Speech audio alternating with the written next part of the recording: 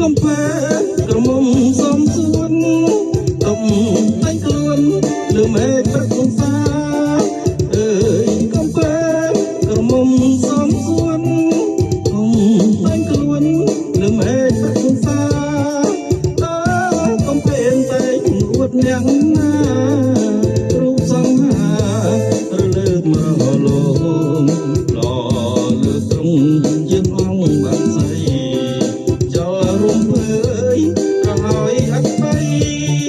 ដូចតន្ត្រីលេងបាត់សាវ៉ាន់សាវ៉ាន់រំតែម្នាក់ឯងទ្រាំមិនលែង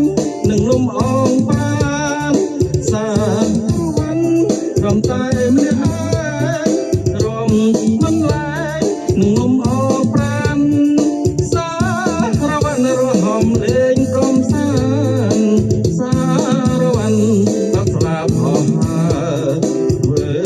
ដំណើរព្រលឹងវល់វល់ជួបកំភេងកំឡោះមកដល់តាមចោលសារវ៉ាន់ឆ្ងាយទៅ